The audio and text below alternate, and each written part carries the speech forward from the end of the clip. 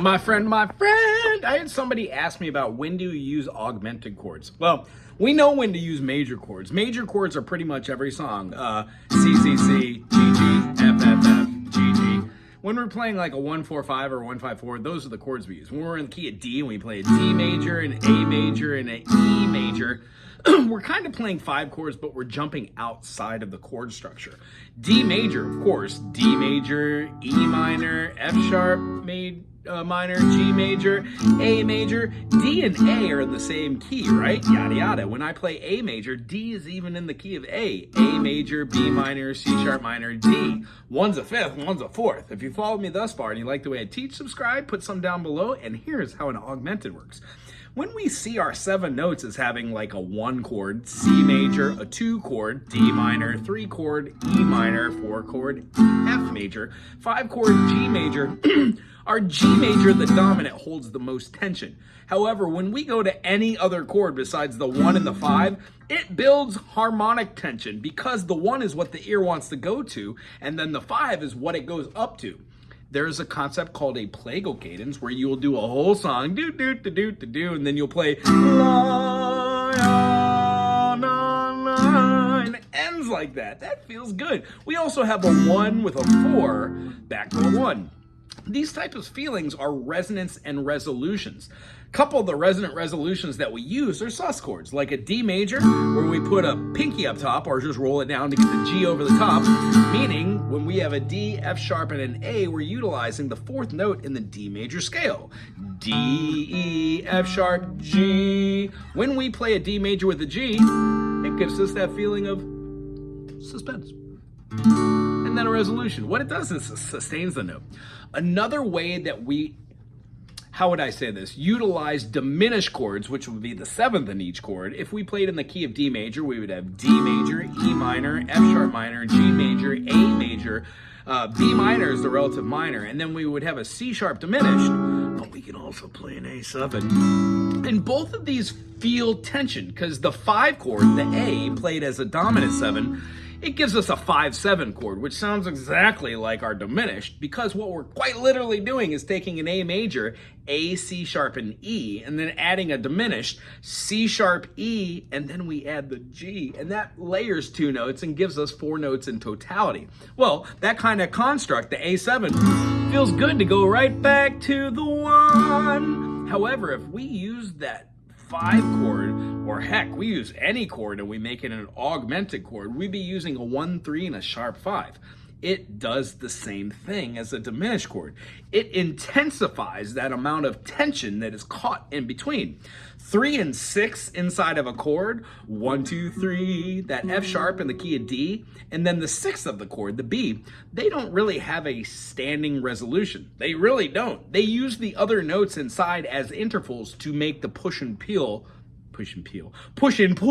towards the 5 or towards the 7 for resolution. How do we use the augmented chords? Here's a great way. Substitute any diminished for that. Ta-da! That's it. So if we were playing like a, let's see here, an A minor to a G major to a C major, if we played right here a C aug by sharpening that G sharp, I can move that up to my A minor again, or keep it as the A minor 6 with that C in the bass. Listen to how that sounds. A minor, G major, doing that C major, C augmented, here it comes.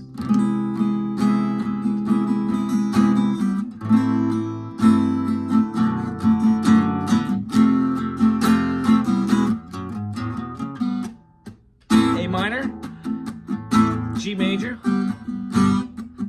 C major, C aug, A minor. It helps as a passing chord. A tendency to have a leading tone feels the same as an augmented. Whoop, whoop, whoop. Something completely separate. Maybe try and play like, I don't know, a D major. Raise the 5th so you get a D augmented, and then play a B minor.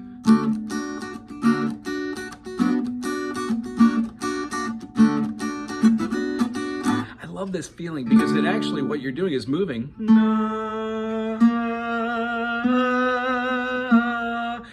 And that kind of concept is really cool because if you're using the D as just being, let's say, the fifth, and we're taking our 5 chord here and we're moving it sharp, we're having a D augmented. When we play a B minor, we're moving far away from there. In fact, if we have D as our 5 chord, B minor looks like it's not even near that. B, C, C, no, B, C, D.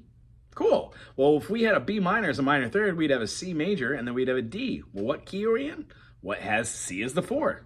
Walk it back, right? G major, there you go. So we can see how being in a key helps us with structure. You can do this with anything. So a little practice to take away from this, try to make a major chord, make an augmented chord, and then a minor 6. That'll help you fly through these. Key of A major, move your augmented chord. You can even play your F up top because they're the same note.